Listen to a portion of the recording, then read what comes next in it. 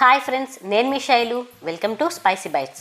ఈరోజు మన వీడియోలో చుక్క నూనె వాడకుండా, ఎటువంటి డీప్ ఫ్రై లేకుండా మోతిచూర్ లడ్డూని ఈజీగా ఇన్స్టెంట్గా అప్పటికప్పుడు ఎలా తయారు చేసుకోవాలో ఈ వీడియోలో నేను మీకు చూపించబోతున్నాను. చాలా జ్యూసీగా ఉండే ఈ మోతిచూర్ లడ్డూని ఇప్పుడు ఎలా తయారు చేసుకోవాలో చూసేద్దాం.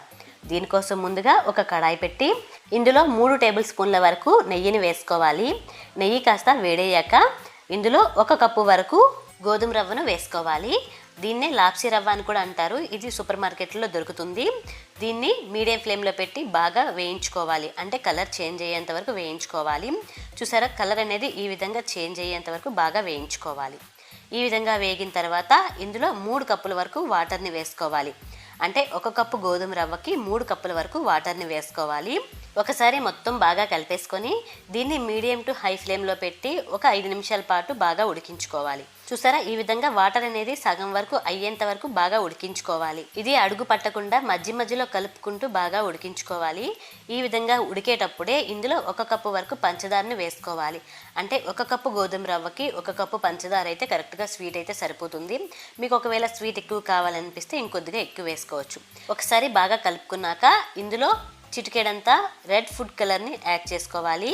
ఇది పూర్తిగా ఆప్షనల్ అండి, మీకు వద్దనిపిస్తే స్కిప్ చేసేయవచ్చు. దీన్ని మొత్తం బాగా కలిపేసుకున్నాక నెక్స్ట్ ఇందులో 1 టీ స్పూన్ వరకు యాలకుల పొడిని వేసి మొత్తం ఒకసారి బాగా కలిపేసుకోవాలి. ఈ ప్రాసెస్ మొత్తాన్ని కూడా మీడియం టు హై ఫ్లేమ్లో పెట్టే చేసుకోవాలి. దీన్ని అడుగు పట్టకుండా మధ్యలో కలుపుతూ ఉండాలి. అప్పుడే మనకి మోతిచూర్ లడ్డు అనేది చాలా పర్ఫెక్ట్గా వస్తుంది. చివరగా ఇందులో 3 టేబుల్ స్పూన్ల వరకు నెయ్యిని వేసుకోవాలి. మనం ఎప్పుడు మోతిచూర్ లడ్డు చేసినా కూడా పూర్తిగా నెయ్యితో చేసుకోవడం వల్ల లడ్డు అనేది మరింత టేస్టీగా అయితే ఉంటుంది. నెయ్యి అంతా కరిగాక ఈ మిశ్రమం అనేది దగ్గర పడేంత వరకు బాగా ఉడికించుకోవాలి. చివరగా ఇందులో 1/2 కప్పు వరకు పుచ్చపప్పును వేసి మొత్తం ఒకసారి బాగా కలిపేసుకోవాలి.